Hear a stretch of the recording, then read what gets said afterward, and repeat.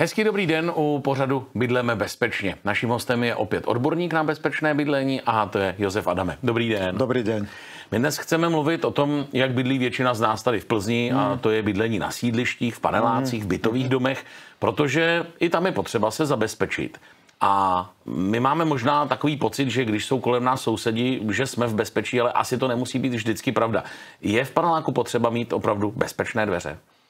No, policajné štatistiky nás nepustia. Ten počet vlámaní do bytov je stále na prvom mieste. Najčastejšie si zlodeji vlámači vyberajú práve byty. A aj keď sa nám zdá, že v tom byte sme chránení, že sme dole chránení bránou, že sme hlídaní susedmi, v skutočnosti to tak nie je, pretože cez vstupnú bránu sa dá dostať veľmi rýchlo, bez problémov. A s tými susedmi je to tak, že žiaľ Bohu, z praxe musím povedať, radšej tí susedia nech do toho moc nezasahujú, pretože my nevieme, s kým máme dočinenia, s akým človekom.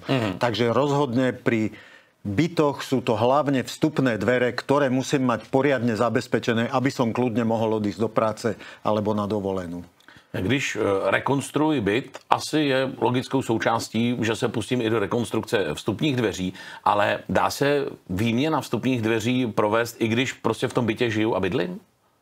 Áno, výmena vstupných dverí, pokiaľ sa obrátim na profesionálnu firmu, tak je otázka niekoľkých hodín. Ráno sa začne a odpoledne už sa uzamykajú nové bezpečnostné dvere. Treba vedieť podlahu, ako budem mať vo vnútri. Pokiaľ mením podlahu vo vnútri v byte, tak je treba vedieť výšku tej podlahy, ktorá bude. A v zásade sa dá pred urobením podlahy alebo po urobení podlahy. Já jsem z Doubravky, tak se pojďme podívat k nám na Doubravku, protože tam se rekonstruoval jeden byt a mladá paní byla tak hodná, že nás pustila k sobě domů. Takže pojďme se podívat do jednoho paneláku, kde jsou opravdu nové a bezpečné dveře. Co vede lidi, kteří žijí v paneláku, aby si pořídili poměrně drahé bezpečnostní dveře? No ono tu v celej Plzni je tá kriminalita vlámaním stále vysoká. Je veľa počtov vykradnutých bytov, takže to je ten hlavný dôvod. Logicky, keď mám vlastný byt, tak je mojou povinnosťou, aby som si ho chránil. To je hlavný dôvod. A potom je to, ako aj napríklad v tomto prípade, pomerne hlučnejší susedia, hlučný celkom výťah, čiže ten hluk ma obťažuje dovnútra do bytu. Nuž a výmenou dverí za kvalitné bezpečnostné dvere poriešim aj ten hluk, aj tu bezpečnosť. Není to příliš složité, není to velký rámus, není to obrovský nepořádek, protože já bydlím ve stejném paneláku, tak si to docela umím představit. Netreba sa toho báť. Ráno sa začne, stará zárubňa sa vyberá, kolo obeda už je osadená nová zárubňa a potom sú už len monterské práce, odpoledne sa s prácou končí, takže nie je to nejaký zásadný zásah ani do komfortu bývania, ani do obťažovania susedov. Pojďme se tedy podívat, jak dveře vypadají a co vlastně všechno umí. Tak tady musím říct, že i já poznám, že ta zárubeň je nová, protože je výrazně silnější. To my máme tak možná třetinovou. Tam se začíná, je to ten správný začátek právě tou zárubní spevněním a postavením? Áno, lebo tu pôvodná zárubeň bola úplne úzká. Tento panelák má zhruba 40-50 rokov, čiže už má hodne za sebou. Nebola práve rovno osadená a nedoliehali dvere ku tej zárubni. Čiže tá pôvodná tenučká plechová zárubňa sa vyberie von a usadzuje sa nová bezpečnostná presne na hrúbku tej steny. Aby to sedelo presne na hrúbku steny, ako aj v tomto prípade, presne podľa rozmerov, lebo v rôznych rokoch sa robili rôzne rozmery vstupných dverí. Čiže na mieru sa vyrobila aj tá zárubeň, aj tie dvere. Riadne sa zárubňa privarila do steny, aby dobre držala so stenou, vyliala sa betónom, začistila a potom sa usadzajú bezpečnostné dvere. Tyhle dveře jsou takové opravdu jednoduché, klasický design. Je to proto, aby to nerušilo v tom domě, aby vlastně ty dveře byly velmi podobné těm klasickým původním? Áno, dizajn môže byť akýkoľvek. V tomto prípade domáci celú rekonštrukciu bytu poňali jednoducho, stroho, hladké, rovné plochy a preto zvolili aj takýto dizajn, jednoduchý dizajn dverí.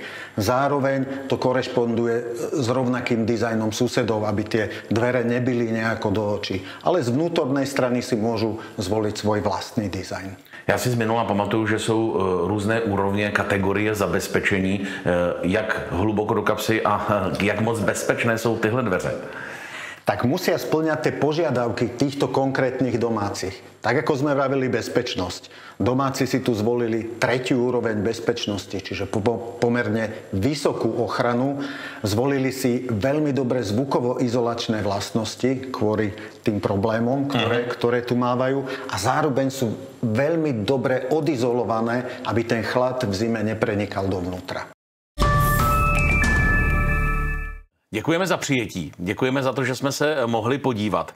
Pojďme teď shrnout, co je vlastně důležité u takových panelákových bytových dveří dodržet, na co bych měl myslet a podle čeho bych se měl třeba orientovat, když budu dveře vybírat. Rozhodne doporučujem vybrať takú firmu, ktorá nám zabezpečí rozmery tých dverí, hlavne svetlú šírku, svetlú výšku, aby som si nezmenšil tie rozmery, pretože je to jediný vstup do bytu, kadiaľ sa musím sťahovať. Čiže aby boli dvere vyrobené na mieru, aby ten dodávateľ mal nejakú pevnú adresu aj tu v Plzni, aby to nebola len nejaká letáková alebo mobilné číslo, jediný kontakt. Pretože vstupné dvere, pokiaľ by náhodou vznikol nejaký problém, vyžadujú okamžitý servis, okamžitý zásah. Keď sa mi zaseknú dvere, je to veľmi nepríjemné. Čiže aby ten servis bol poskytnutý 24-hodinový.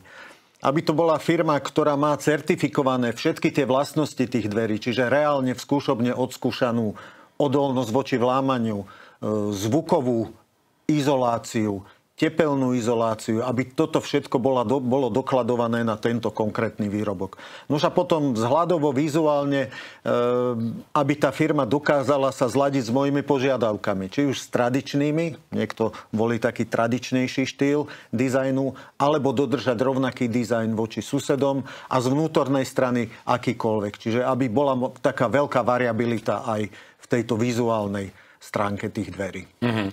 Tady u toho konkrétního případu jsme viděli, že ty dveře byly velmi jednoduché, ale vy jste teď řekl zajímavou věc. Tam je možný, že zvenku budou ladit se sousedními dveřmi, tedy s těmi obyčejnými panelákovými, a zevnitř bych mohl mít nějakou designovku? Presne tak. Z vonkajšej strany dobré firmy na bezpečnostné dvere vedia ideálne zladiť. Vy zvonku nepoznáte, že ide o bezpečnostné dvere so susedmi. Ale z vnútornej strany každý máme svoj vkus. Niekto volí extravagantný štýl z vnútornej strany, že keď sa otvoria vstupné dvere, wow, efekt. A vtedy tie dvere vedia byť z vnútornej strany červené, modré, zelené, akékoľvek, tvarované rôzne. Čiže áno, toto treba využiť, lebo vstupné dvere aj z interiéru ja vnímam aj ako estetický prvok. On mi doplňa ten celý vzhľad toho interiéru. Tady taky paní domácí zmiňovala, že pro ní bylo velmi důležité, aby bylo ticho, aby byl klid, aby se odhlučnilo to, co se děje v domě. To dobré dveře umí? Dobré bezpečnostné dvere, áno. Tam tá izolácia, zvuková izolácia by mala byť minimálne nejakých 39 alebo 42 decibelov. To je také číslo, ktoré mi zabezpečí už, že nie je cez tie dvere počuť takýto bežný rozhovor, nie je cez tie dvere počuť výťah, alebo susedov hlučnejších. My vieme teraz, že tie byty sa prenajímajú. My nevieme, kto bude o mesiac vedľa nás bývať v byte. Čiže ten zvukový komfort, keď raz do toho zainvestujem, vlastne ma chráni voči tomu hluku 24 hodín denne. No a bez pochyby k tomu patří taky dobrý a bezpečnostní klíč a zámek. Když bydlím v paneláku, je nějak možné, že bych měl jeden klíč od vchodových dveří a jeden klíč od svých vstupních dveří, anebo to v paneláku tohle možné není? Je to možné za tej podmienky, že by ste sa všetci, tí, ktorí bývate v tom danom vchode, na tom dohodli. Napríklad v susednom Nemecku je toto štandardom, že ľudia používajú jeden kľúč, odomykajú ním vstupnú bránu a tým jedným kľúčom iba svoj byt. Musia sa všetci nájomcovia dohodnúť. Ale pokiaľ vlastníte napríklad nejakú svoju chalupu alebo máte ešte garáž, alebo nejaký iný svoj vlastný priestor, tak tam samozrejme od dobrých bezpečnostných dverí, ktoré doma uzamknete, rovnakým kľúčom si môžete odomykať aj tú chalupu, alebo aj tú svoju garáž. Děkuju za rady, děkuju za to, že jsme se mohli podívat přímo k nám na Doubravku, jak vlastně taková realizace dveří vypadá. Díky a hezký den. Pekný den, podobně. No a s vámi se budu těšit na viděnou, ať už třeba právě u nás v Plzni na Doubravce, a nebo třeba u dalších pořadů naší televize. Ať se vám daří.